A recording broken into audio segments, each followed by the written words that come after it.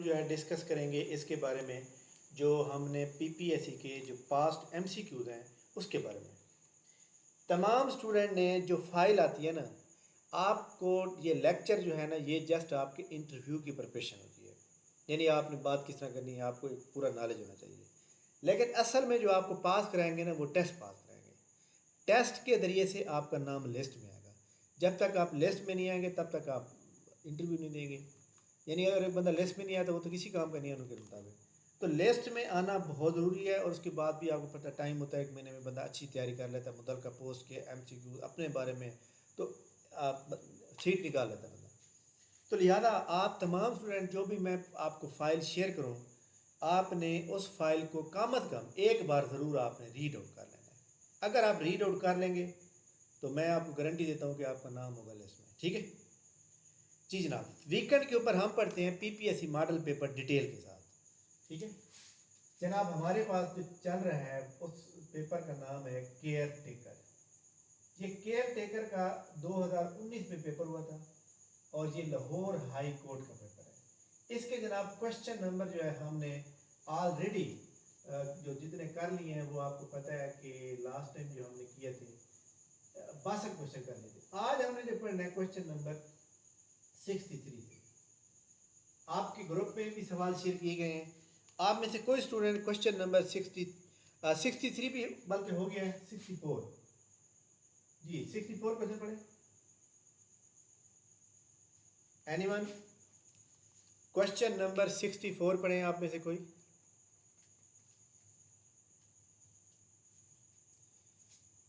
नहीं आवाज आ रही किसी को? जी 64 क्वेश्चन आप में से कोई बंदा पढ़े, अगर आपको मेरी आवाज़ आ रही है तो। जो आपको ग्रुप के अंदर सेंड किए गए हैं वो आपने पढ़ने हैं। इफ आप में से कोई भी बंदा पढ़ सकता है। जी जी 64 ये मैंने ऊपर लिखा भी है 64, ये क्वेश्चन पढ़ने।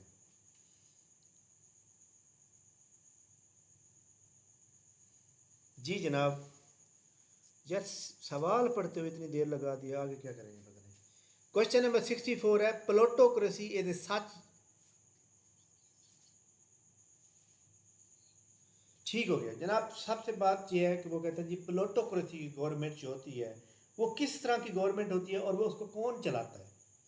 तो हमारे पास पीपीएससी में जो सवाल इसके रिलेटेड आ सकते हैं वो कौन कौन से हैं। ठीक है, तो आपने यहाँ पर लिखना है, हेडिंग डालें government government run by. Government को कौन कौन रन कर सकता है, उनकी क्या टाइप्स होती हैं। अगर एक बंदा मजहबी है तो उसको क्या कहते हैं पीपीएससी वाले। अगर एक बंदा जनाब वाला दौलतमंद है तो उसको क्या कहते हैं। सबसे पहले आप लिखेंगे प्लोटोक्रेसी, PLUTOCRACY। प्लोटोक्रेसी की जो गवर्नमेंट होती है ना, ये जनाब दौलतमंद लोग चलाते हैं। इनका नाम होता है वेल्थी गवर्नमेंट। पाकिस्तान के अंदर आप बिलीव करते हैं कि जनाब किसकी गवर्नमेंट है, वेल्थी गवर्नमेंट है, या बल्कि एंड पे बताइएगा वेल्थी गवर्नमेंट क्या कहेंगे, या government run by rich people. ठीक हो गया प्लोटोक्रेसी, वेल्थी गवर्नमेंट। इसके बाद नेक्स्ट लिखिएगा डेमोक्रेसी, DEMOCRACY,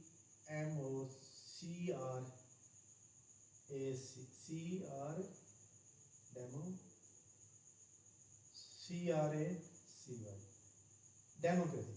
डेमोक्रेसी तो आपको पता है पाकिस्तान के अंदर डेमोक्रेसी की हुकूमत होती है हमेशा, और डिसीजन बाय वोटिंग होता है, रूल ऑफ पीपल की कहते हैं। इसको हम दो तरीके कहते हैं, decision of voting, decision of voting, या इसको हम कहते हैं जनाब रूल ऑफ पीपल। लोगों का जो एक रोल होता है कि लोग जनाब क्या चाहते हैं, गवर्नमेंट कौन सी चाहते हैं, तो ये वाला क्वेश्चन नंबर। अच्छा, इसके बाद आगे डेमोक्रेसी के बाद लिखिएगा जनाब थियोक्रेसी। क्या लिखेंगे, थियोक्रेसी, THEOCRACY। थियोक्रेसी की जो गवर्नमेंट होती है ना, इसको जनाब चलाने वाले जो लोग हैं उनको कहते हैं जनाब रूल ऑफ रिलीजियस पीपल। क्या कहेंगे आप?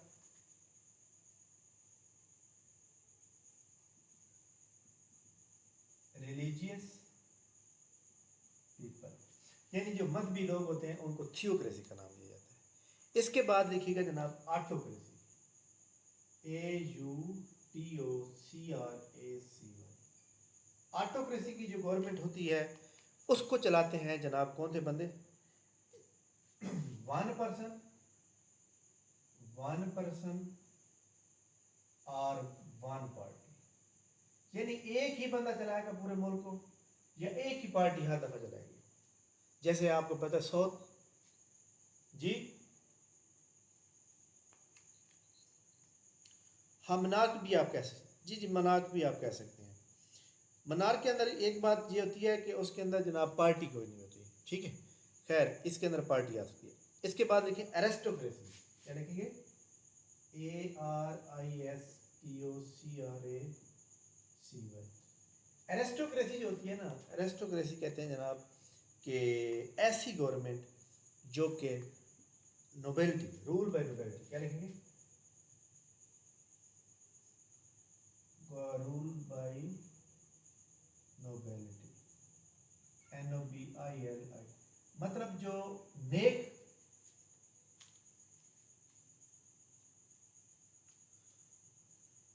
नहीं नहीं मैं आपको एक बात बताऊं, आपने नौकरी लेनी है, गवर्नमेंट का मुलाजिम बनना है, फिर आपने टू द पॉइंट चलना है। आपने ये नहीं कहना नहीं सर जी नवाज शरीफ करप्ट है फलाना थे, किसी इदारे के खिलाफ, किसी इसके खिलाफ बात नहीं करनी। हमारे मुल्क में डेमोक्रेसी है, बस खत्म बात। आगे डेमोक्रेसी कितनी है वो आप जानते हैं अच्छी तरह से। आगे लिख रहे हैं जी जेनियोक्रेसी, क्या लिखेंगे? GENIOCRACY। जीनियोक्रेसी का मतलब होता है जनाब rule by intelligent, rule by intelligent, intelligent लोगों की हुकूमत। नेक्स्ट लिखें जनाब टेक्नोक्रेसी, TECHNOCRACY। टेक्नोक्रेसी, टेक्नोक्रेसी की जो गवर्नमेंट होती है, टेक्न का क्या मतलब होता है? टेक्न का मतलब होता है टेक्निकल, यानी एक्सपर्ट बंदे। तीन तरह के बंदे आ सकते हैं, कौन कौन से? एजुकेटेड, टेक्निकल या फिर एक्सपर्ट, ठीक है। टेक्नोक्रेसी के बाद देखिएगा जनाब टीमोक्रेसी, TIMOCRACY। जो वोमेन चलाती हैं गवर्नमेंट उनको क्या कहते हैं मतलब? टीमोक्रेसी का मतलब होता है जनाब ऑनरेबल एंड प्रॉपर्टी ओनर, क्या कहेंगे?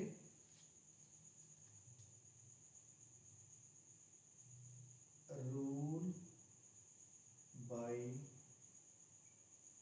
ऑनरेबल या फिर प्रॉपर्टी ओनर, जो मतलब बहुत ज़्यादा प्रॉपर्टी रखते हैं या उनका बहुत ज़्यादा इज्जत से देखा जाता है। एक तो होता है ना कि जनाब करप्शन से पैसा बना लेना और उससे पैसा बनाने के बाद जो है वो चलाना, ठीक है। तो इसलिए याद रखिएगा कि आपने ये जो प्रॉपर्टी ओनर होते हैं या ऑनरेबल लोग भी कहते हैं, इसको हम भला क्या कहते हैं?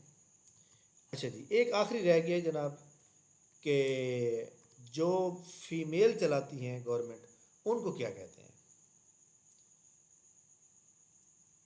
अच्छा जी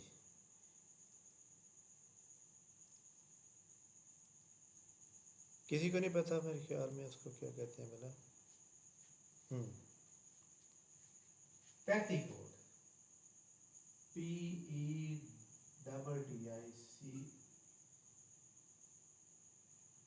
जी जी COAT, petticoat, role by women, role by women. जैसे बांग्लादेश में शेख हसीना वाजिद थी, उसके बाद उसको उड़ा दिया उन्होंने, तो उसके बाद उनकी दौर में ख़त्म हो गई। जी जनाब, क्वेश्चन नंबर पढ़िएगा। ये देखें जी, इसका मतलब क्या है, इसमें जो अहम तरीन सवाल है वो कौन कौन सा है। इसमें जो अहम तरीन सवाल आपका मौजूद है वो आपके पास याद रखिएगा कि मैं यहाँ पे टिक लगा देता हूँ। नंबर फर्स्ट, दो, ये तीन और ये चार, बस ये आपने अच्छी तरह याद करना। बाकी देखें जी, नाम के साथ ही पता चलता है कौन। क्वेश्चन नंबर पढ़े जनाब, क्वेश्चन नंबर 65 पढ़े।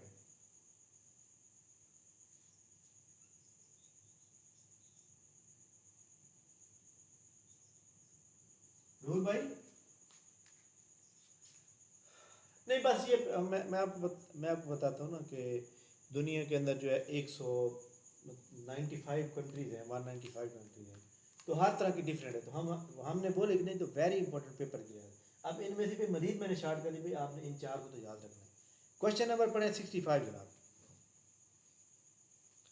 जल्दी जल्दी पढ़िएगा, time is very short.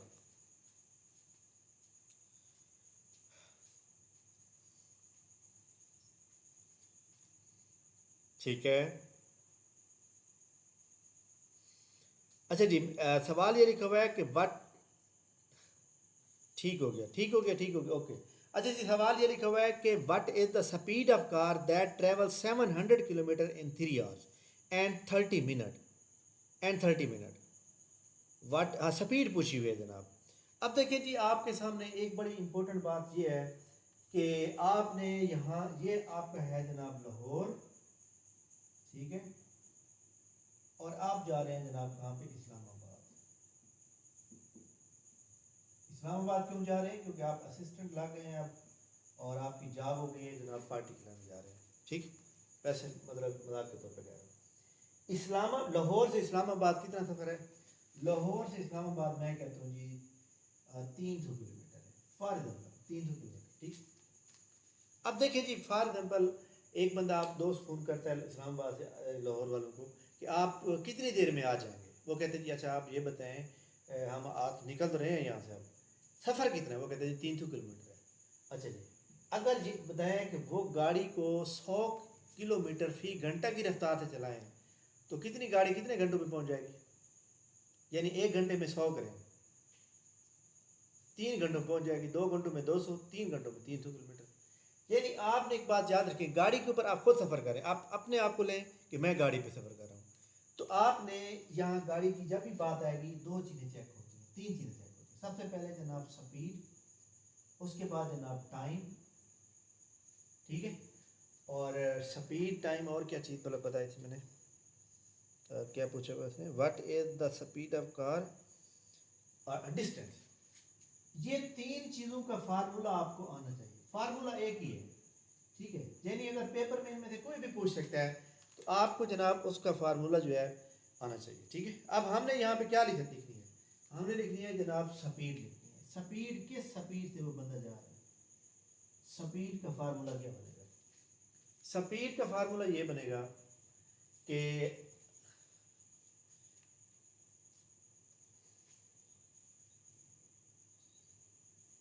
DISTANC, distance over time, ये आ जाएगा। देखिए फॉर एग्जाम्पल मैं कहता हूँ हाँ जी आप कितना डिस्टेंस करके आए जी, मैं सर जी 300 किलोमीटर कर, कितना टाइम लगा जी 3 घंटे। अच्छा, इसका मतलब आपकी स्पीड जो है 100 किलोमीटर थी, ठीक है। और अगर उसने डिस्टेंस पूछ ली है तो आपने जनाब करना ऐसे ही होता है, उसके बाद आप क्रॉस मल्टीप्लिकेशन कर दें। अगर वो टाइम पूछ रहा है, करना यही होता है, क्रॉस मल्टीप्लिकेशन कर लें, नीचे एक स्पीड के नीचे 1 स्पीड बाय 1 कर दें, ठीक है। तो लिहाजा ये आसान है, कोई मुश्किल नहीं है। अब सवाल यहाँ पे क्या है, सवाल ये है कि जनाब एक गाड़ी जो है 700 किलोमीटर कर रही है, उसने 1 घंटा और प्लस 30 मिनट भी कह दिए। अब बताएं जनाब 1 घंटा 30 मिनट को हम घंटे में कन्वर्ट कर सकते हैं, मतलब पूरा 2 घंटे आ जाए, 1 घंटा आ जाए, 1.5 घंटा, 1.5 घंटा तो बन सकता है, लेकिन 1.5 घंटा जो है हमारी कैलकुलेशन में नहीं आता। हमारे पास जो एक जो मतलब है कि टाइम की कैलकुलेशन है वो पेट होनी चाहिए। अब देखिए जी, हमारे सामने उस बंदे ने टोटल डिस्टेंस कितना दिया, टोटल डिस्टेंस करता है जनाब हमारे पास 700 किलोमीटर। अब जब टाइम आ जाए ना मिनटों के अंदर, तो हम टोटल टाइम मिनट के अंदर कन्वर्ट कर देंगे। अगर वो टाइम बता दे कि जनाब इस बंदे ने जो है एक इतने सेकंड भी लगाए हैं तो फिर हम उस मिनट को भी, उस घंटे को भी सेकंड में कन्वर्ट कर देंगे। अब बताएं, 1 घंटे प्लस 30 मिनट, टोटल मिनट कितने बन जाएंगे? 90 बन जाएगा। सॉरी, उसने कितने टाइम लगाया? उसने लगाया 3 घंटे और 30 मिनट। अब देखें 3.5 घंटे लगा रहा है, तो बताएं जनाब के 3 घंटों के 1 मिनट में कितने होते हैं? 60 मिनट होते हैं। 60 को मल्टीप्लाई 3 से करें तो जनाब कितना हो जाएगा? 180 मिनट। 180 मिनट प्लस ये 30 मिनट प्लस ये 30 कितना? 210 मिनट अगले बंदे ने जनाब लगाए। तो ये हमारी स्पीड कितनी आ जाएगी? ये स्पीड पर मिनट आ रही है। क्या आ जाएगा? स्पीड पर मिनट। वो हम देखेंगे कि हमने घंटे कितनी बनेगी, फिर हम 60। अब अगर आप चाहें पूरे घंटे की निकालनी है तो यहाँ पे ज़रब 60 कर दें, आपकी मर्जी है, या फिर पहले 1 मिनट की निकाल के उसकी बात कर लें। तो जनाब इसके ऊपर जब हम करते हैं तो देखें जी, ये सिफर से, बल्कि यहाँ पे करते हैं 7 मिनट डिवाइडेड बाई 210, ये सिफर से ख़त्म हो गई। अगर हम 7 तकसीम करते हैं, 7 3 21 और 10, ठीक है, तो ये हमारे पास क्या जवाब आ जाएगा? अच्छा जी, हमारे पास जवाब आ रहा है 10/3 आ रहा है। हमने कितनी रफ्तार निकालनी है? हमने निकालनी है घंटे की। घंटे में कितने मिनट होते हैं? 60। ये 1 मिनट की रफ्तार थी, घंटे की कितनी बनेगी? अब यहाँ पे आप देख लें कि जनाब आपके पास जो है कि 10/3 ज़रब 60।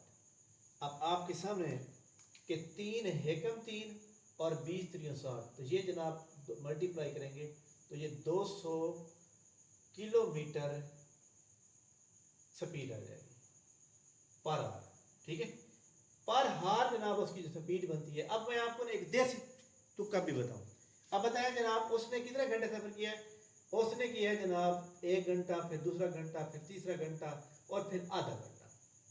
पहले घंटे में कितने किए? 200 किलोमीटर, दूसरे घंटे में 200 किलोमीटर, तीसरे घंटे में 200 किलोमीटर। तो अगर घंटे में वो 200 कर रहा है तो घंटे आधे घंटे में कितना करेगा? 100 किलोमीटर।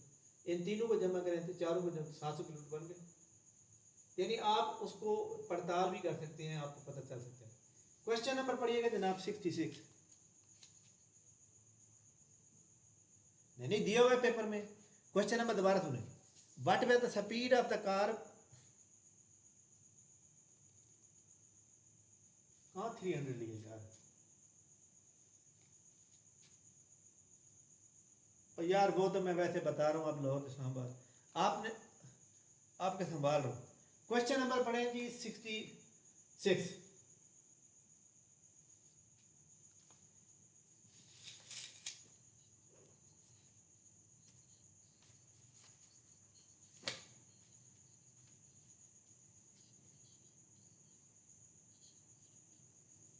ठीक हो गया जनाब। देखिए जी, हमारे जो मॉडल पेपर होते हैं ना, मॉडल पेपर को डिटेल से पढ़ने का क्या फ़ायदा होता है कि हम चारों ऑप्शन जो है वो पूरी तरह से डिटेल में डिस्कस करेंगे। इसलिए मैं एक किताब लिख रहा हूँ, किताब अगले साल के एंड पे आएगी। एक मॉडल पेपर को डिटेल से डिस्कस किया जाएगा। उसका फ़ायदा क्या होगा? उसका फ़ायदा ये होगा कि आपका सवाल MCQ जो इम्तियाज़ शायद लगा देता है, वेबसाइट में मिस्टेक्स हैं, वेबसाइट भी तो इंसान ने बनाई है, तो उसके अंदर गलती की गुंजाइश ख़त्म हो जाएगी फिर। ठीक है जनाब, समझ आ गई बात की मेरी? अच्छा जी, तो लिहाजा ये मॉडल पेपर किस तरह डिटेल में बनाए जाते हैं, किस तरह आपने अगर न्यू स्टूडेंट है तो किस तरह मतलब आप खुद बना सकते हैं। तो पहला ऑप्शन क्या है? वो कहते हैं जी नवंबर 2011 को, ये एक मतलब है कि 2011 का मतलब सवाल उसने उठाया है। पेपर कब हो रहा है? पेपर हो रहा है 2020 में। अब आप खुद बताएं कि पिछले 9 साल पुराना उसने पेपर उठा लिया, क्वेश्चन ले लिया है। इसका मतलब वो 2024 में भी आ सकता है। अहम सवाल। On November 2, 2011, an organization was established to discuss peace and stability in the Afghanistan card. इस चीज़ को हम छोड़ देते हैं, हम चारों ऑप्शन डिस्कस करते हैं उसके।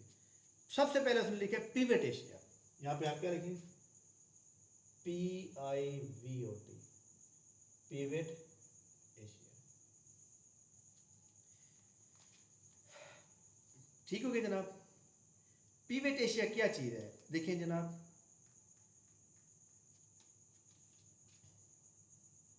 it was established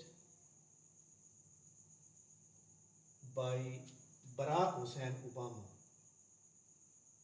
Barack Hussein Obama in 2012 to discuss, या बल्कि लिखें फॉर, यानी ये किसके लिए उसने बनाई? East Asian policy for, east Asian policy, east Asian policy for, ठीक हो गया। उसके अंदर जनाब जो मुल्क थे कौन कौन से थे? अब देखिए जी, मैं आपको एक बात बताऊँ, छोटी सी एक मैं मिसाल देता हूँ कि हमारा जो एशिया का मतलब है वो शक्ल है ना, वो ऐसे बनी हुई है, ऐसे। हमारे एशिया की शक्ल ऐसे बनी हुई है। अब देखिए ये क्या है, ये वेस्ट साइड है, और ये क्या है जनाब, ये ईस्ट साइड है, ये क्या है जनाब, साउथ है, और ये नॉर्थ है, ऐसे। अब उसने कहा है कि ये जो ऑर्गेनाइजेशन हमने बनाई है, ये ईस्ट और एशिया, ईस्ट ये हो गया, एशिया का ये वाला साइड, ठीक है। अब इस साइड पे कौन कौन से मुल्क आते हैं एशिया में जनाब, याद रखिएगा, इस साइड पे आते हैं चाइना, जापान, जापान के साथ जनाब दो मुल्क हैं जनाब, नॉर्थ कोरिया प्लस, वाली म्यूट रखें, north Korea plus south Korea, Thailand, Thailand plus Myanmar. तो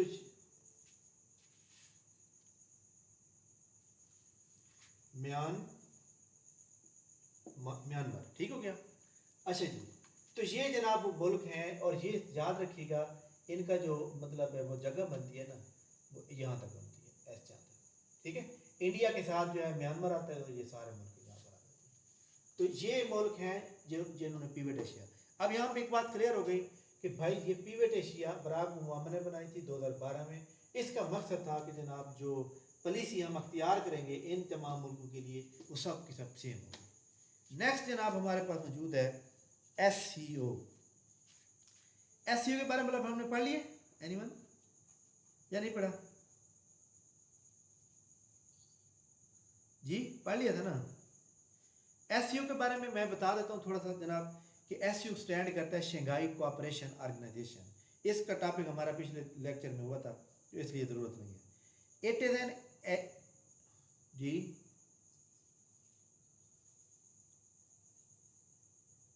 क्या चीज़?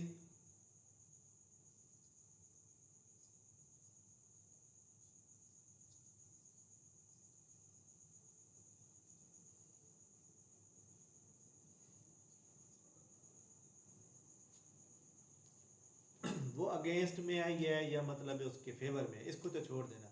हमारा मकसद ये है कि पीवेट एशिया है क्या चीज़, ठीक है, वो तो बात का रिजल्ट है ना। अच्छा जी, एस का मतलब क्या है? It is an euro Asian political economical and security alliance. ये जनाब याद रखिएगा, पहली बार फाउंड होती है कब? 1996 में, 26 अप्रैल 1996 को। इसके टोटल जो मेंबर हैं वो मेंबर हैं इसके 8, ठीक है, 4 इसके ऑब्जर्वर हैं। लेकिन रिसेंटली जनाब इसके ऊपर हमारा एक करंट अफेयर का वो टेस्ट लिया जाएगा, उसमें सारी बातें क्लियर हो जाएंगी। रिसेंटली जो अभी लास्ट सेशन हुआ था उसमें काफ़ी सारे मुल्कों ने ज्वाइन किया इसको, ठीक है। लेकिन फिलहाल 8 की अगर हम बात करें तो जनाब इसके अंदर जब ये बनती है तो उस वक्त इसके अंदर जो मुल्क थे वो सिर्फ 4 थे, China, Russia, Tajikistan, Kazakhstan, Tajikistan, Kyrgyzstan, 5 मुल्क थे। 15 जून 2001 को जी क्या हुआ? जी जी, 5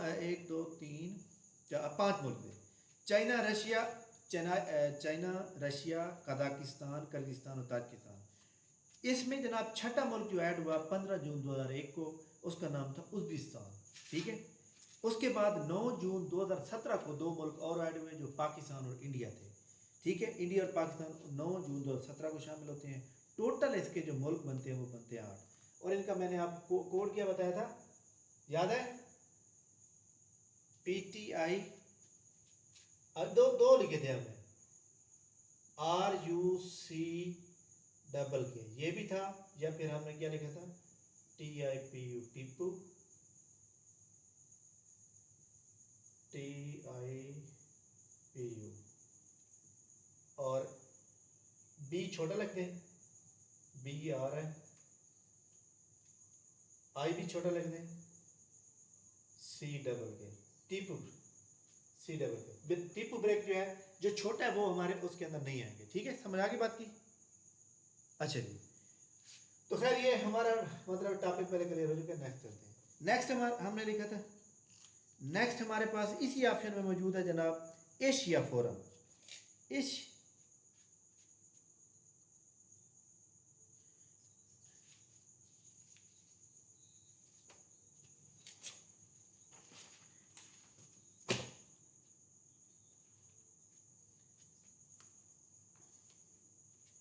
दीजिए आईएमएफ को जनाब एक लफ्ज होता है फाउंड, ये सुन तो लें, फाउंड किया जाता है जनाब 1945 में। उसके बाद वो कहेगा जी एस्टेब्लिश्ड, एस्टेब्लिश किया जाए 1945 में। ठीक है, ये दो लफ्ज आपने याद रखना, एस्टेब्लिश और फाउंड में। ठीक है, क्वेश्चन नंबर जनाब इसी के अंदर हमारे पास जो है ये एशिया फोरम, एशिया फोरम जो है ये कहाँ पे मौजूद है यार, हाँ एशिया फोरम जो है हमारे पास ये जनाब बनता है, याद रखिएगा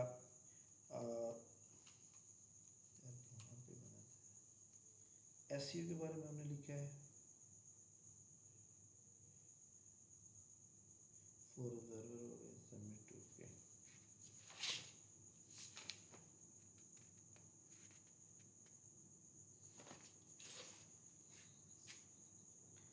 एससीओ के 8 मेंबर हैं। ठीक है, नहीं इस दीदी मैंने आपको ये बताया है कि आप रिसेंटली ऐड हो गए हैं दो।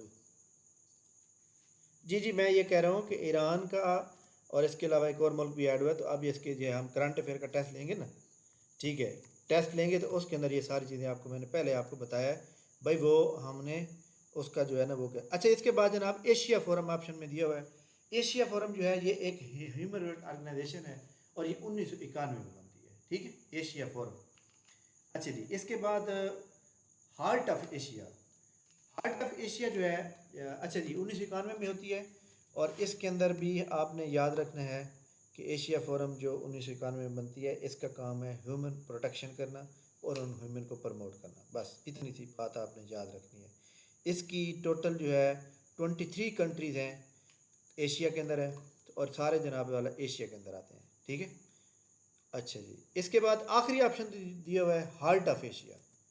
हार्ट ऑफ एशिया जो है ये जनाब वो कॉन्फ्रेंस है जो अफ़गानिस्तान के मुतल्लिक है।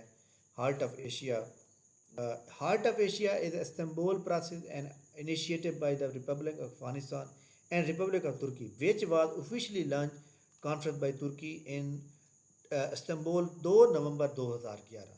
तो ये आपने याद रखनी है कि जो उसने सवाल पूछे ना कि 2 नवंबर 2011 को कौन सी ऑर्गेनाइजेशन बनाई गई थी, तो वो जनाब बनाई गई थी हार्ट ऑफ एशिया। क्या लिखेंगे यहाँ पे, आप क्या लिखें,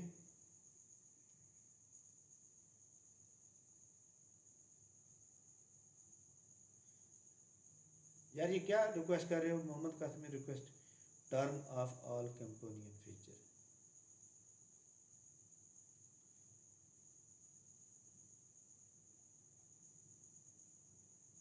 हार्ट ऑफ एशिया,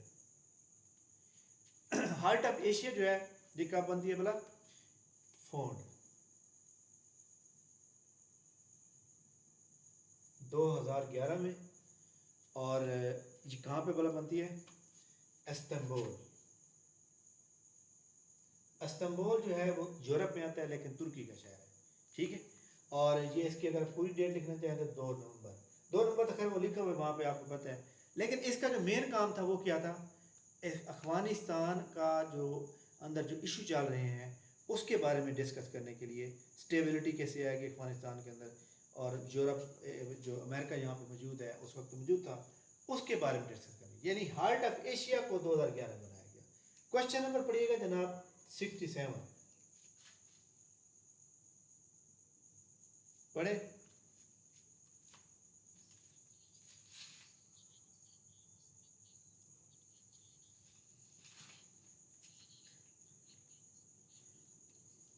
सवाल है जनाब सेपरेटली आइलैंड, SPRATLY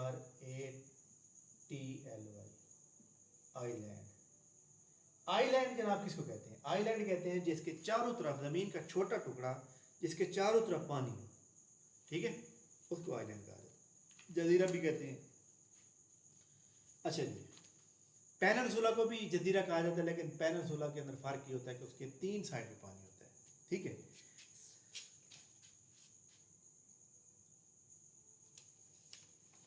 अब जनाब हम पढ़ रहे हैं, यार एक तो कॉल बड़ी लोग करते हैं, स्प्रेटली आइलैंड। स्प्रेटली आइलैंड जनाब एक डिस्प्यूटेड एरिया है। कहाँ पे है? China and Vietnam at South China sea, ठीक है। इसको स्प्रेटली आइलैंड को ग्रुप ऑफ आइलैंड भी कहते हैं। Group of island, reef, islet and cays, ठीक है, ये भी आपको कहा जाता है। इसका क्या लिखें? इसको अदर वर्ड में ग्रुप ऑफ आइलैंड्स, छोटे छोटे आइलैंड और भी मौजूद हैं। Island REEF, reefs. रीफ कहते हैं जनाब चट्टाने हैं, ठीक है। ISLETS, islets. आइलेट्स का मतलब होता है छोटा जजीरा। एक बड़ा जजीरा होता है, एक छोटा जजीरा, यानी उसके भी चारों तरफ पानी होता है। एंड केव, एक मिनट होल्ड में रखना। हेलो हेलो हेलो जी, आवाज़ आ रही है? चेक करें अब। अच्छा जी, अच्छा जनाब, अगर एक बंदा कार किसी को कर लेता है, कर रहा होता है ना, तो एक बार बंदा उसको रिजेक्ट कर देता, चलो भूल जाता है, दोबारा करता है, फिर भी तो बंदा थोड़ा वेट कर लेता है। 5 बार मुसलसल कर ले। अच्छा जनाब देखिए जी, group of island, reef, islands और इसके अलावा केज, CAYS, ठीक है। आइलैंड का मतलब होता है बड़ा जजीरा, रीफ कहते हैं जनाब चट्टान को, आइलैंड कहते हैं छोटे जजीरे को, और केज का मतलब होता है चट्टान का सिलसिला या सैली पट्टी को भी केज कहा जाता है, ठीक है। और ये एक्चुअली जो मेन प्रॉब्लम है किन दो मुल्कों के दरमियान है? ये दो मुल्कों के दरमियान एक प्रॉब्लम चल रही है जनाब, चाइना प्लस वियतनाम, वियतनाम, ठीक है। और ये वाला जो स्ट्रेटली आइलैंड है, इसके जो मतलब है कि किस्म के वो जो पाया जाता है, वो फ़िलिपाइन में भी आता है, वो वियतनाम में भी आता है, वो ब्रुनेई दारुल इस्लाम में भी आता है, वो मलेशिया में भी आता है, वो ताइवान में भी आता है, वो चाइना में भी आता है। जैसे मैंने आपको ये बताया कि ये जो हमारा मतलब नक्शा है ना, तो यहाँ पे जनाब वाला कैसे इस तरह चाइना बना हुआ है, तो चाइना के साथ ये वाला जो पोर्शन है ना, इसको जनाब हम कहते हैं, इसके अंदर स्पेटली आइलैंड पाया जाता है, ठीक है। क्लियर बात? तो इसलिए पेपर के अंदर ये सवाल आया है, तो किसके दरमियान दुरुस्त जवाब हो गया? फ़िलिपाइन भी इसके अंदर आ जाता है। तो लिहाजा क्वेश्चन नंबर 67 का दुरुस्त जवाब क्या बन जाएगा? ऑल ऑफ दीज, क्योंकि मैंने आपको बताया कि मेन प्रॉब्लम तो चाइना और वियतनाम है, लेकिन इसके साथ और मुल्क कौन कौन से हैं? फ़िलिपाइन है, ब्रुनेई दारुल इस्लाम है, मलेशिया है, ताइवान है और चाइना है, ठीक है। क्वेश्चन नंबर जनाब पढ़िएगा 68।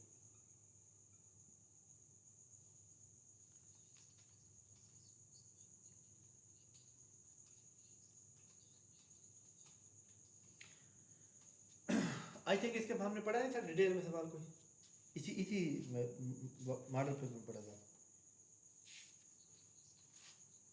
हाँ, लेकिन हमने पढ़ा था main function of kidney, question number 61, जिसमें मैंने कहा था कि to remove waste product from body, to remove waste product from the blood and regulating the water fluids in level, the kidney receive blood through the renal artery और production of hormones, ये main function है kidney के, ये बता दिए थे ना question number.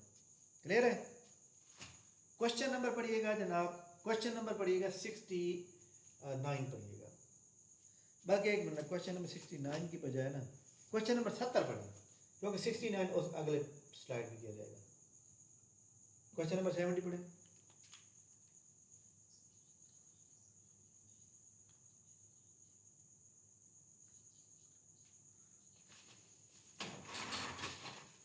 अच्छा जनाब, सवाल यहाँ पे ये है, इसका जो पूरा नाम है SATY, सत्या, GRAH, सत्याग्रह, या इसका नाम है जनाब अदर मीनिंग में ट्रुथ फोर्स भी कहते हैं, ट्रुथ फोर्स भी इसको कहा जाता है। ये जनाब जो फोर थी स्टार्टेड बाय एम के गांधी। एम के गांधी, वहाँ पे पूरा नाम लिखा हुआ है जनाब। के गांधी का मतलब क्या है?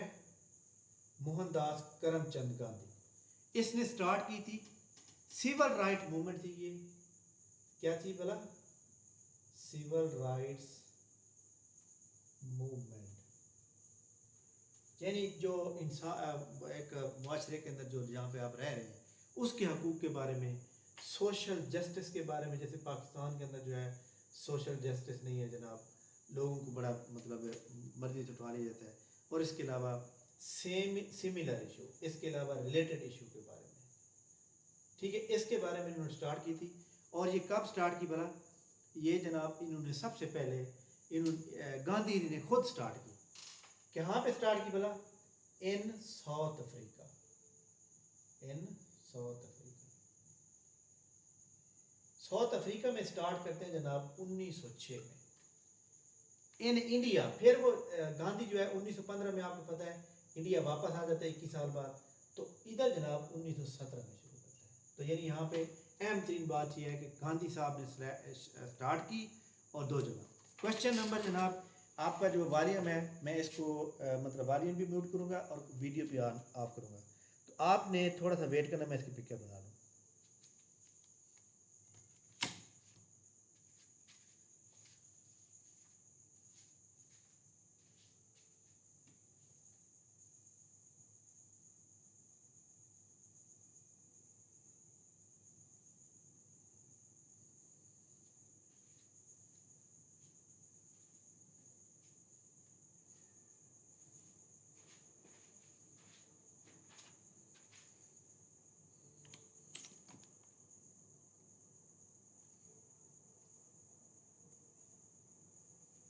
जी जनाब, आवाज़ आ रही है? ओके। क्वेश्चन नंबर नेक्स्ट पढ़िएगा। क्वेश्चन नंबर बल्कि पिछला पढ़िएगा जो हमारा रह गया था। क्वेश्चन नंबर 69 पढ़िएगा।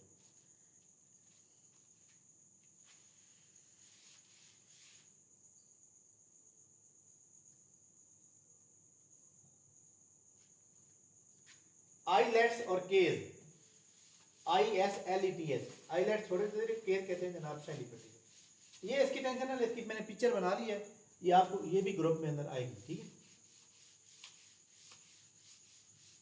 क्वेश्चन नंबर पढ़िएगा जनाब नेक्स्ट। क्वेश्चन नंबर पढ़िएगा 69। 70 तो हमने पढ़ लिया, छोटा सवाल था, क्योंकि क्वेश्चन नंबर 69 जो है ये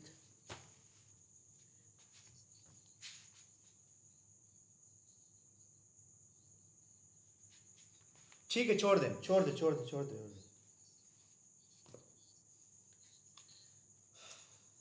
क्वेश्चन नंबर जनाब 69 ये है, वो कहता है जी कि निशान हैदर। देखें जी, पाकिस्तान की जनाब जो लड़ने वाले जो आर्मी है उसके अंदर जो भी मतलब है सबसे बड़ा इनाम दिया जाता है, निशान दिया जाता है, उसको हम निशान हैदर कहते हैं। तो निशान हैदर सिर्फ फौजियों को मिलता है। निशान हैदर किसी सिविलियन बंदे को नहीं मिलेगा। निशान हैदर पुलिस वालों को नहीं मिलेगा, सिर्फ आर्मी के बंदों को मिलेगा, चाहे उसका ताल्लुक नेवी से हो, चाहे एयरफोर्स से हो, चाहे पाक आर्मी से हो, ठीक है। पाक आर्मी, पाक नेवी और पाक आर्मी, पाक नेवी और पाक एयरफोर्स, इनका चीफ सिर्फ एक ही होता है और वो आर्मी चीफ होता है, बाकी उनके हेड बनाए जाते हैं। खैर, इसके अंदर जनाब 69 क्वेश्चन में 1947 में पाकिस्तान बनता है। पहली जंग होती है इंडिया के साथ 1948 में, दूसरी जंग होती है 1965 में, तीसरी होती है 71 में, और चौथी होती है हमारी 1999 में कारगिल वाली जंग। 4 जंगों के अंदर टोटल 11 मरतबा निशान हैदर मिला है। उन 11 में से एक निशान हैदर ऐसा भी है जो एक कश्मीरी को मिला है। क्लियर बात? सबसे पहले देखें जी, हमारे पास क्या है। अच्छा जी, हमारे पास क्या है कि जो टोटल हम क्या लिखेंगे, यहाँ पे लिखेंगे निशान हैदर। क्या लिखेंगे? निशान हैदर। अब तक टोटल कितने मिले हैं? टोटल जनाब 11 मिले, ठीक है। अब यहाँ पर हम लिखेंगे इनको तरतीब के साथ और इनकी जनाब वाला जो वो है उसके साथ, ठीक है। पहले पहले नंबर पे लिखिएगा जनाब हमारे पास captain Raja Mohammad Sarwar. Number first, captain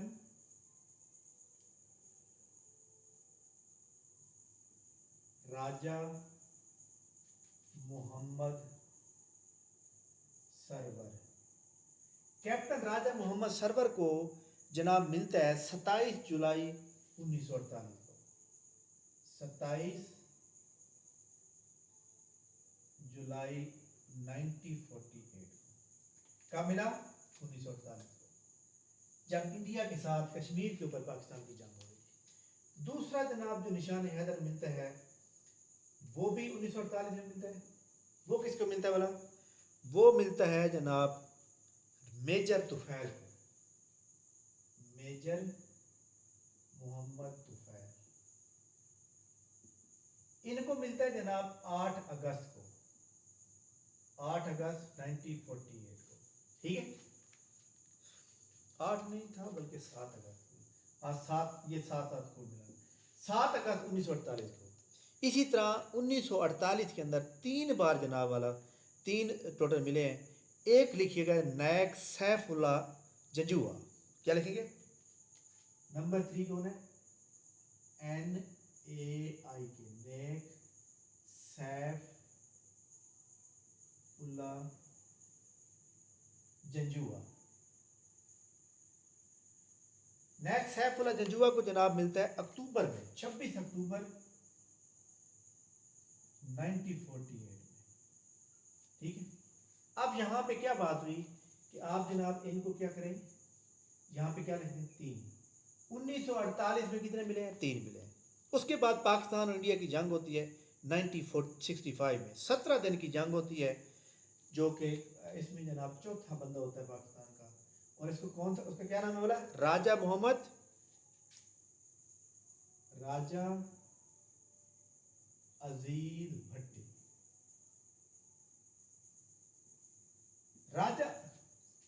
राजा मेजर अजीज भट्टी जिसे कहते हैं। मेजर का मतलब, वैसे ये तो मैंने नाम लिखा है, इसका जो डेजिनेशन था, इनका जो मतलब मिला हुआ था स्टार, मेजर था। मेजर साहब को जनाब मिला है 1965, क्योंकि एक ही मिला तो ज़्यादा खत्म था यहाँ पे, बल्कि वो कैलकुलेशन बाद में करते हैं। नेक्स्ट जनाब बहुत ही अहम, 1971 की जंग पाकिस्तान के लिए बहुत ही डेड लाग थी। 5वां, 6वां, 7वां, 8वां। ठीक है, और 7 जनाब नाम कितने हो गए टोटल? 3, 2, 5, 5 जनाब 1971 की जंग हुई है। कौन कौन सा बंदा था? पहला नंबर पर लिखिए, सबसे कम सन बंदा जिसे हम क्या कहते हैं? राशिद मिन्हास। राशिद मिन्हास। उसके बाद जनाब मेजर मोहम्मद अकरम, मेजर मोहम्मद अकरम। ठीक है, 7वें नंबर पे लिखिएगा जनाब मेजर शबीर शरीफ।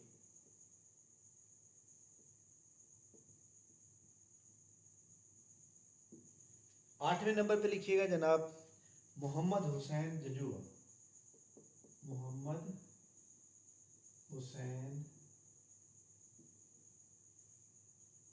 जंजुआ।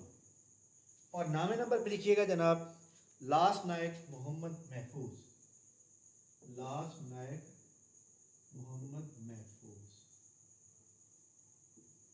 इन तमाम लोगों को 1971 की जंग मिला। पेपर में सवाल क्या आता है? पेपर में सवाल ये आता है कि जनाब ये बताइएगा 1971 में टोटल कितने लोगों को मिला है? तो 5 लोगों को मिला है। ठीक है, कितने मिले? 1, 2, 3, 4, 5, 5 लोगों को मिला है। उसके बाद जनाब नंबर आ गया हमारे पास 10 और फिर आ गया 11। ठीक है, 1999 में फिर पाकिस्तान और इंडिया की जंग होती है और कैप्टन कर्नल शेर खान, कैप्टन कर्नल शेर खान, एक इसको मिलता है और एक मिलता है जनाब हवालदार लाला खान, हवालदार लालक जान। इनको जनाब जो कैप्टन कर्नल शेर साहब हैं इनको मिलता है 5 जुलाई को। कब बोला? 5 जुलाई 1971 और इनको मिलता है जनाब 7 जुलाई को 1947। कितने हो गए? 11 हो गए।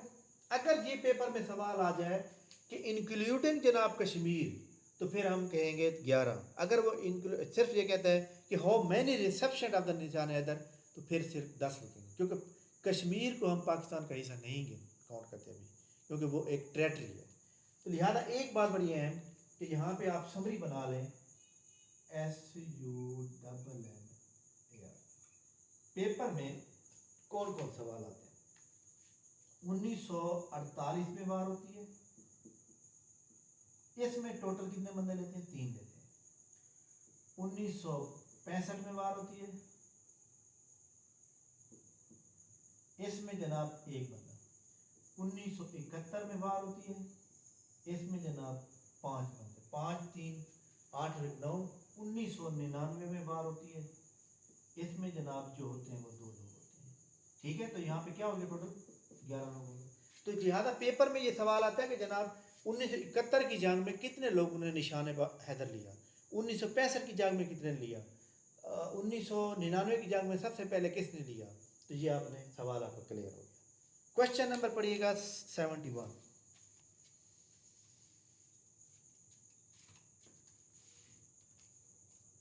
अगर वो कहता है कि how many reception of the निशान हैदर इन पाकिस्तान, इन पाकिस्तान की बात जब करेगा तो इसका मतलब सिर्फ 10 का जवाब ठीक करना है।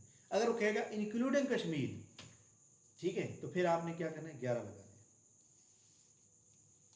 अच्छा जी, इनमें से एक बड़ी अहम बात यह है कि जितने भी लोगों ने ये निशान हैदर लिया है, पायलट था राशिद मिनाज। ये जो बंदा था, ये वाला कौन क्या था बोला? राशिद मिनाज पायलट था। राशिद मिनाज यंगेस्ट थे और राजा मोहम्मद सरवर को सबसे पहले मिला। इनमें सबसे जो अहम सवाल आता है, एक तो ये यंगेस्ट वाला भी आप ऐड कर लें, राशिद मिनाज क्या लिखेंगे? Youngest reception. ठीक है, और ये जनाब पहला। ठीक है, बाकी ये सवाल आ सकते हैं, ये जो 3 4 5। क्वेश्चन नंबर नेक्स्ट पढ़ें जनाब। फिर भी 10 लिखेंगे।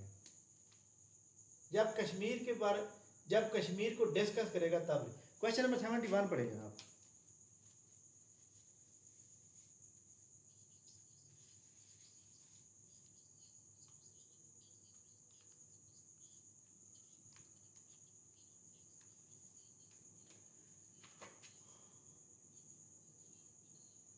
ठीक है जनाब, क्वेश्चन नंबर ये है कि x प्लस वाई को जमा करें तो 6 जवाब आता है, और y प्लस जेड को जमा करें तो जवाब आता है जनाब 7, और अगर z प्लस y को जमा करें तो जवाब आता है 9। वो कहते हैं जी एवरेज बताएं। क्या बताएं? एवरेज का फार्मूला क्या होता है? एवरेज का फार्मूला ये होता है कि average is equal to sum of all terms divided by total terms. ठीक है, अब सवाल यह है कि हम इनको सम कैसे करें, ये सबसे बड़ा मसला है। तो हम सम कैसे करेंगे? देखिए जी, हमारे सामने हम क्या लिखते हैं यहाँ पर? x प्लस वाई ब्रैकेट में लिखते हैं, प्लस लिखें y प्लस जेड ब्रैकेट बंद plus z plus Y bracket बंद is equal to 6 plus 7 plus 9। ठीक है, अब हम इसको ओपन कर देते हैं। ओपन कैसे करेंगे? ये देखें कि x plus y plus z plus z plus y. क्यों जमा कर रहे हैं? क्योंकि हमें ये जमा चाहिए। तो जब इनको जमा करते हैं तो ये जनाब 6 7 13 9 22 हो जाएगा। ठीक है, अब अगर हम इसके अंदर एक चीज देखें, x कितनी बार आया हुआ है? 2 बार। यार कहाँ पे गया ये जनाब? z प्लस एक्स है यार। ठीक है,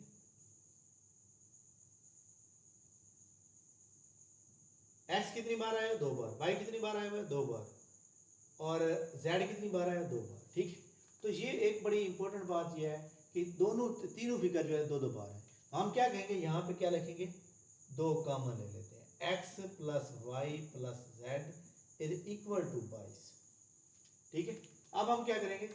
इस 2 को 2 साइड पे डिवाइड कर, इधर डिवाइड करेंगे तो जो अमल यहाँ करेंगे वो इधर भी वही अमल करेंगे। ठीक है, 2 जनाब 2 से कैंसिल हो गया, तो जवाब क्या आ गया, जवाब आ गया x plus y plus z is equal to ये 11 आ गया। ठीक है, अब ये जमा का ये जो ऑल टर्मिनोलॉजी थे वो क्या है, जमा किया तो हमने कितना जवाब लिया 11, डिवाइड कितने करेंगे, टोटल टर्म कितनी है 1 2 3, 3 डिवाइड करेंगे तो इसका मतलब जवाब कितना आ गया 11/3। जी ना समझ आ गई, एनीवन जिसको समझ आ गई। क्वेश्चन नंबर 72 पढ़े।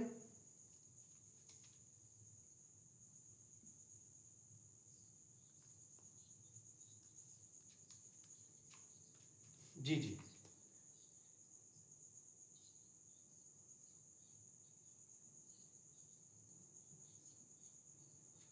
जी जनाब, सवाल यह है कि 0.01 और इसको आपने मल्टीप्लाई करना है। जहाँ पे मैं शॉर्टकट तरीका बताऊं कि 14 मल्टीप्लाई हो रहा है जनाब 14 के साथ, यानी 14 का स्क्वायर लेते हैं, जवाब कितना आता है 196।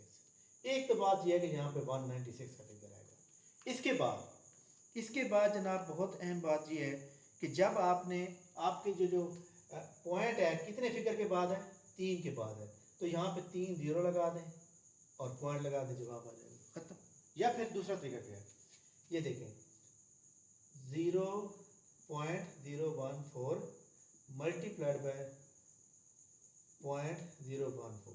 हम इस पॉइंट को ख़त्म कर देते हैं, पॉइंट को जब हम ख़त्म करेंगे तो नीचे कर क्या कर देंगे, डिवाइड कर देंगे। ये पॉइंट की जगह नीचे 1 आ जाता है, पॉइंट का कितने देते हैं 3 है तो 3 जीरो आ जाएंगे, इधर भी 1, ये 3 आ जाता है 3 जीरो, तो ये अब क्या हो जाएगा, ख़त्म हो जाएगा। यानी इसका मतलब क्या हुआ 14/100 14/1000 14/1000 14/1000। जब 14/1000 14/1000 क्या जवाब आ गया 196 बटा ये जनाब कितनी जीरो आ जाएंगी, 6 जीरो आ जाएंगी, 3 3 6। ठीक है, अब हम इसके ऊपर डिवाइड करेंगे, ये देखें 196 और ये जनाब, अब देखिए जी हमारे ऊपर बताएं इसके ऊपर डिवाइड होता है, हम यहाँ पे लगाएंगे पॉइंट, इधर जीरो नहीं होता, फिर एक और जीरो यहाँ भी लगा देंगे, इधर भी लगा देंगे, नहीं होता, फिर एक और जीरो लगा देंगे और इधर भी जीरो लगा देंगे, अब होता है नहीं होता अभी भी, क्योंकि ये 1,96,000 मान रहा है और ये हमारे पास 10 लाख है। ठीक है, तो लिहाजा हम क्या करेंगे, आवाज़ आ रही है ना मेरी, उसके बाद फिर एक और जीरो यहाँ लगाएं और एक जीरो यहाँ भी लगा देते हैं। ठीक है, अब देखें जी हमारे सामने जब हमने इधर भी एक जीरो लगा दी तो अब ये कितना बन गया, अब ये बन गया 19 लाख और 60,000। अब हम इसको अगर 1 से मल्टीप्लाई करें तो ये कितना बन जाएगा 10 लाख, बाकी कितना बच गया, बाकी बच गया 9,60,000। सर हम इनको सिंपली मल्टीप्लाई करके लास्ट पे पॉइंट नहीं लगा सकते जी, हम इनको पॉइंट के साथ ही मल्टीप्लाई कर लेते हैं और लास्ट पे और चलो पॉइंट कोई लगा बात नहीं है, देंगे वो हम। सही है, 2 3 4 तरीके हैं। तो ये जनाब कितना आ जाएगा 9 लाख आ जाएगा, बाकी कितना बच जाएगा 60,000 बच जाएगा। एक और जीरो लगा लेंगे, 6 से मल्टीप्लाई करेंगे तो पूरा तकसीम हो जाएगा, खत्म बात। ठीक है, ये अब आपके ऊपर डिपेंड करता है कि आप किस तरह साइंटिफिक नोटेशन भी तो यूज कर सकते हैं। अच्छा दूसरा तरीका क्या है, तीसरा तरीका क्या है, अब देखिए जी हमारे सामने क्या लिखा हुआ है कि 196/10 लाख। अब देखें जैसे हमने यहाँ पे एक उतारा था, इधर भी आप इसको ऊपर चढ़ाएं, ये सिफर इसके साथ, ये सिफर इसके साथ, ये सिफर इसके साथ, बाकी कितने जीरो बच गई 3, ये 3 जीरो लगा लें, एक पॉइंट की जगह। क्वेश्चन नंबर नेक्स्ट पढ़ें जनाब। Reports by United Nations Development Programme as well as the Pakistan Council of Research in Water Resources have alerted that Pakistan will reach absolute water scarcity by the year 2020, 2022, 2025, 2028. अच्छा जी, question number 74 है who wrote, ये आपने कौन सवाल पढ़ा है, question number 73 पढ़ा है ना, अच्छा ठीक है। अच्छा वो कहता है जी रिपोर्ट, 73। ठीक हो गया मैं बताता हूँ। यूएनओ की रिपोर्ट ये आई है कि पाकिस्तान जनाब 2025 तक उन ममालिक में शामिल हो जाएगा जहाँ पानी की बहुत ज़्यादा कमी होगी, तो वो जनाब टारगेट उन्होंने बताया था 2025। ठीक है, यूएनडीपी का मतलब क्या होता है, United Nation Development Programme. United Nation Development Programme के तहत पाकिस्तान 2025 में उन ममालिक की फहरिस्त में शामिल हो जाएगा जहाँ पानी की बहुत ज़्यादा किल्लत है। पानी की किल्लत आपको पता है कितनी ज़्यादा है? आपको पता है सिंध में पानी नहीं है कहीं भी। समंदर से पानी जनाब लेके आते हैं और लेके जनाब वाला वो साफ़ करते हैं और वो पीते हैं, ठीक है। इसी तरह पंजाब के अंदर पानी है तो वो नीचे होता जा रहा है, ट्यूबवेल से पानी खींचा जा रहा है ऊपर। तो लिहाजा पाकिस्तान हमारे और इंडिया और पाकिस्तान के दरमियान जब भी जंग हुई पानी के ऊपर होगी। नेक्स्ट क्वेश्चन नंबर नेक्स्ट 74 पढ़ो।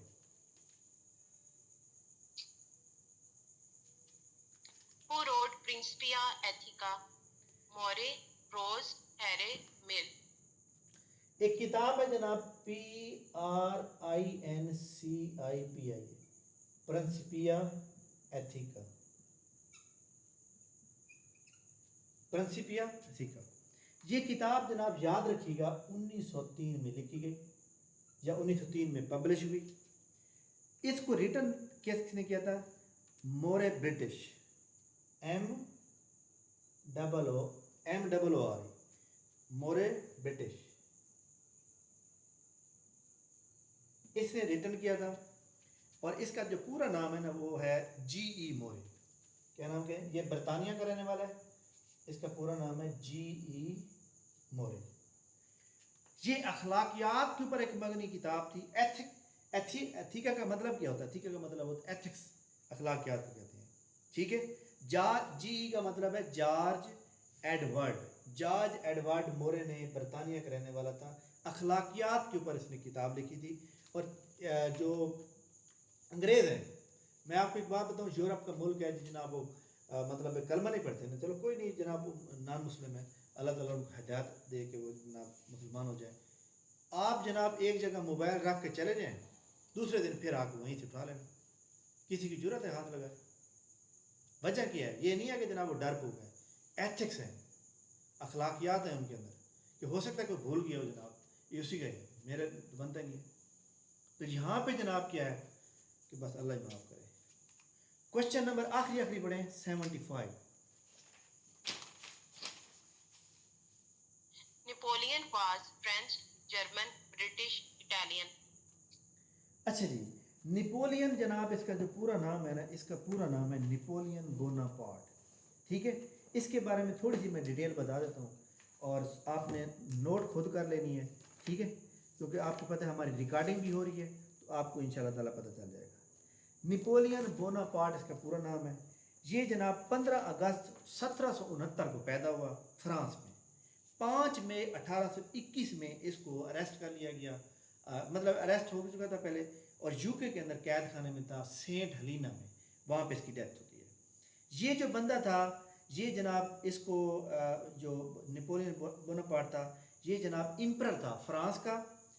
2 बार बना, एक बार 1804 से लेकर 1814 तक बना, दूसरी बार फिर 1815 में बना था, फिर उसके बाद जंग हो गई और उसके बाद पकड़ा गया।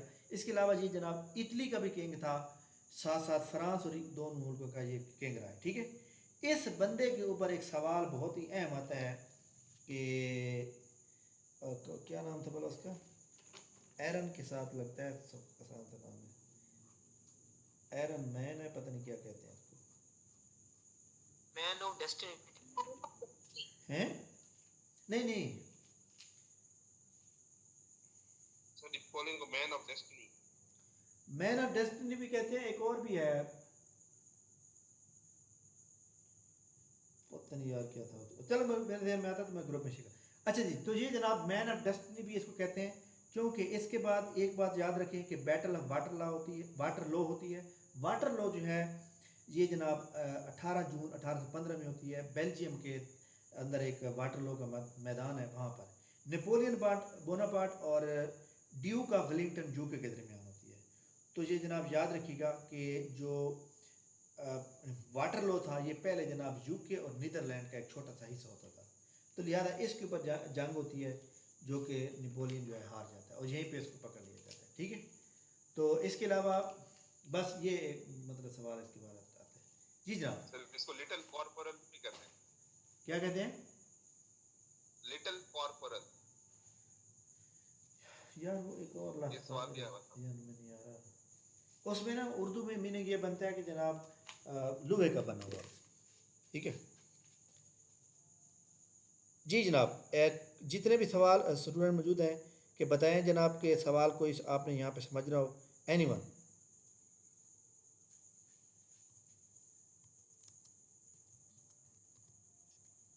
जी क्लियर हो गया जनाब? अच्छा जी, Yes, sir. तो ये जनाब आपने याद रखनी है कि ये जितने भी हमने पढ़ लिए हैं इंशाल्लाह ताला आपको किसी भी तरह से मसला नहीं आया, ठीक है। तो इंशाल्लाह ताला हमारी जो मुलाकात है वो कल होगी, तब तक के लिए हमें इजाज़त दीजिए जनाब।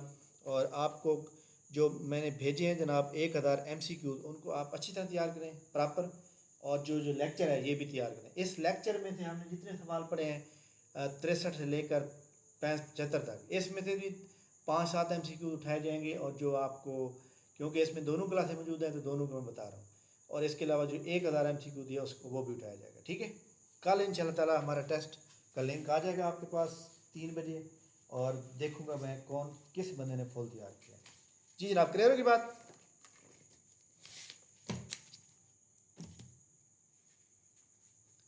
चलें जी, बहुत शुक्रिया।